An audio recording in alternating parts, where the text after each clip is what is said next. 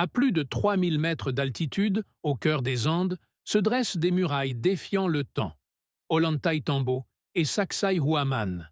Des blocs gigantesques, taillés de façon polygonale, si parfaitement imbriqués qu'aucune lame de couteau ne passe entre eux. Mais comment les bâtisseurs ont-ils réalisé cet exploit?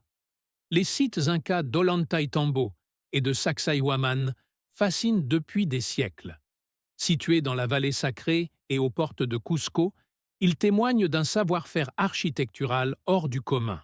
La maçonnerie polygonale, avec ses blocs irréguliers taillés sur mesure, interroge encore aujourd'hui. Était-ce le fruit d'une technologie oubliée ou d'une maîtrise empirique de la pierre? Nous allons explorer l'histoire de ces deux citadelles, comprendre les techniques utilisées et démystifier certaines hypothèses. Située à 2792 mètres d'altitude dans la vallée sacrée des Incas, Ollantaytambo est un site à la fois militaire, religieux et agricole. Fondé à l'époque Inca sous le règne de Pachacútec au XVe siècle, il servait de centre stratégique pour contrôler l'accès à la vallée de l'Urubamba et défendre la capitale Cusco. Mais ce qui frappe d'abord le visiteur, ce sont ces gigantesques terrasses et surtout ces murs de pierre polygonales, parfaitement ajustés, sans mortier. Le secteur le plus impressionnant est le Temple du Soleil, inachevé mais monumental. De colossaux blocs de porphyre rose, pesant parfois plus de 40 tonnes, y sont alignés. Leur transport reste un mystère fascinant. Ces pierres proviennent de carrières situées de l'autre côté de la rivière, à plusieurs kilomètres de distance. Elles ont dû être déplacées avec des rampes, des cordes et une organisation logistique hors du commun. La maçonnerie d'Ollantaytambo illustre la technique polygonale. Des blocs aux formes irrégulières, taillés et ajustés comme les pièces d'un puzzle. Cette méthode n'est pas un hasard esthétique. Elle permet de construire des murs extrêmement solides, capables de résister aux séismes fréquents dans la région andine. Contrairement aux constructions rectangulaires, l'assemblage polygonal absorbe et répartit les vibrations. Outre sa fonction défensive, Ollantaytambo fut aussi une ville vivante, avec des quartiers résidentiels, des canaux d'irrigation et des entrepôts agricoles. Encore aujourd'hui, le village moderne conserve une partie de la trame urbaine Inca, ce qui en fait un exemple rare de continuité entre passé et présent. Ollantaytambo n'est pas seulement un site archéologique figé, mais un témoignage vivant de la civilisation Inca, où l'ingéniosité architecturale rencontre la vie quotidienne. Ces murs polygonaux, loin d'être de simples curiosités, révèlent une compréhension fine des matériaux, de l'environnement et des besoins stratégiques d'un empire qui dominait les Andes. À 2 kilomètres de Cusco, capitale de l'empire Inca, se dresse l'impressionnante forteresse de Sacsayhuaman. Perché à plus de 3500 mètres d'altitude, ce site domine la vallée et offre une vue stratégique sur l'ancienne capitale. Pour les Incas, il ne s'agissait pas seulement d'une structure militaire, mais aussi d'un lieu cérémoniel, où se déroulaient rituels et festivités religieuses, dont l'Inti Raymi, la fête du soleil. Ce qui rend Sacsayhuaman unique, ce sont ses murailles colossales. Certaines pierres atteignent plus de 120 tonnes et mesurent plusieurs mètres de hauteur. Leur mise en place reste un exploit d'ingénierie. Taillées avec une précision incroyable, elles s'emboîtent sans mortier, au point qu'une lame de couteau ne passe pas entre elles. Ces murs suivent une disposition en zigzag, formant 3 terrasses successives qui symboliseraient, selon certains chercheurs, les dents d'un puma, animal sacré dans la cosmologie Inca. L'utilisation de la maçonnerie polygonale est ici portée à son paroxysme. Chaque pierre est taillée pour s'adapter parfaitement à ses voisines, même si leur forme semble totalement irrégulière.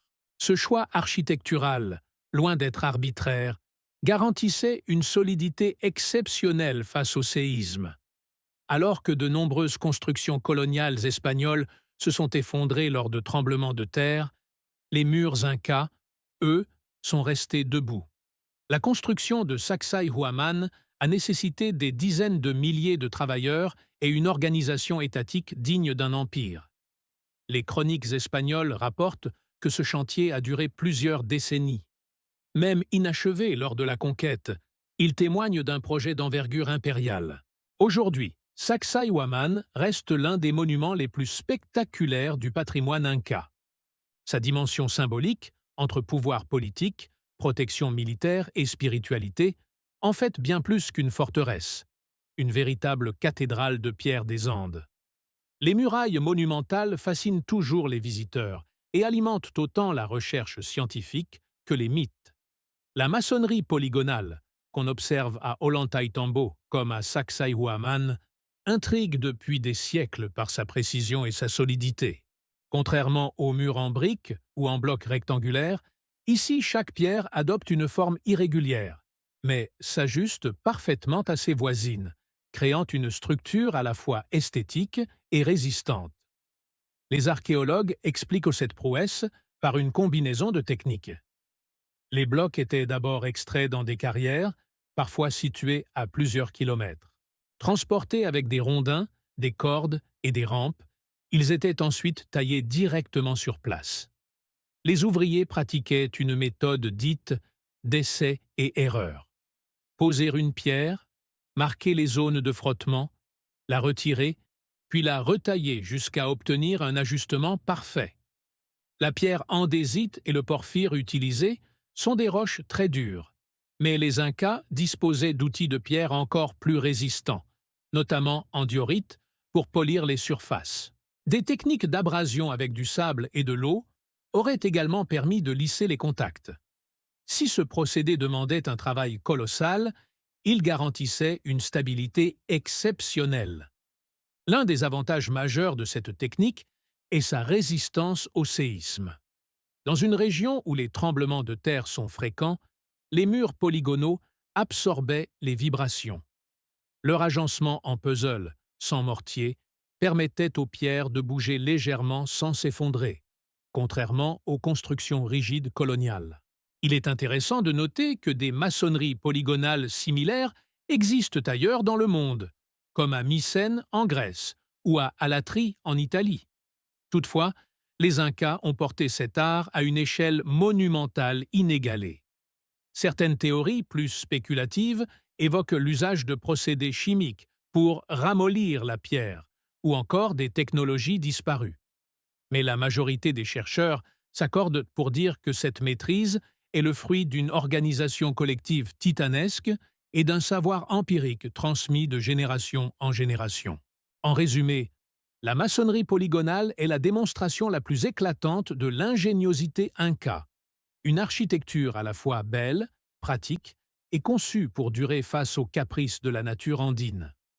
Depuis des siècles, les murailles d'Ollantaytambo et de Sacsayhuaman nourrissent autant la science que l'imaginaire.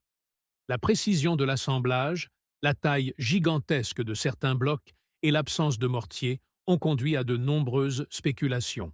Pour certains, il serait impossible que les Incas aient pu accomplir un tel exploit avec leurs outils, ce qui a alimenté des théories alternatives.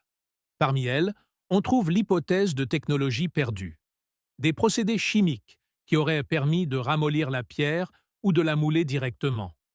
Une autre version, plus populaire dans la culture contemporaine, évoque l'intervention d'extraterrestres, venus transmettre leur savoir aux Incas. Ces théories, séduisantes pour l'imaginaire collectif, n'ont toutefois trouvé aucun fondement archéologique solide. Les chercheurs rappellent que la réussite de cette maçonnerie repose sur des facteurs humains et techniques bien documentés.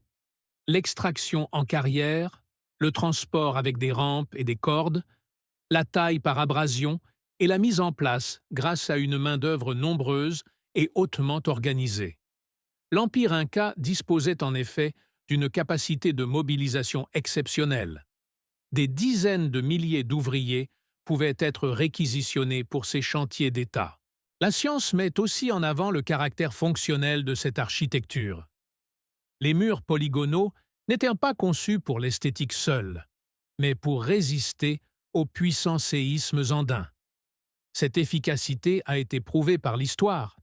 Alors que de nombreuses églises coloniales espagnoles se sont effondrées lors de tremblements de terre, les structures incas, elles, sont restées debout. Enfin, il ne faut pas oublier la dimension symbolique. Ces murailles monumentales n'étaient pas seulement pratiques, elles incarnaient aussi la puissance de l'État inca et la maîtrise de la nature. Édifier de tels ouvrages, visibles de loin et défiant le temps, relevaient autant de la politique que du religieux.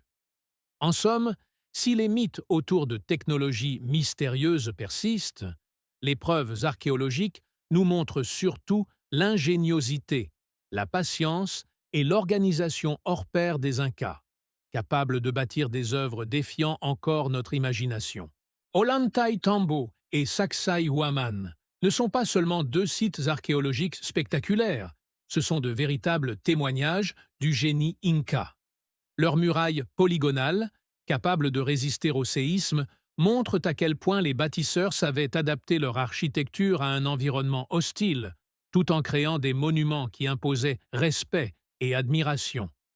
Loin des mythes de technologie perdue ou d'aides venues d'ailleurs, ces citadelles révèlent avant tout une ingéniosité humaine. Des milliers d'artisans coordonnés, une connaissance empirique des pierres et une vision impériale qui voulait inscrire la puissance inca dans la pierre pour l'éternité. Aujourd'hui encore, face à ces blocs colossaux parfaitement ajustés, nous restons fascinés, non pas parce qu'ils sont inexplicables, mais parce qu'ils nous rappellent jusqu'où une civilisation peut aller lorsqu'elle conjugue organisation, technique et ambition. Dans la pierre d'Ollantaytambo et de Sacsayhuaman, c'est toute la grandeur de l'Empire inca qui continue de résonner,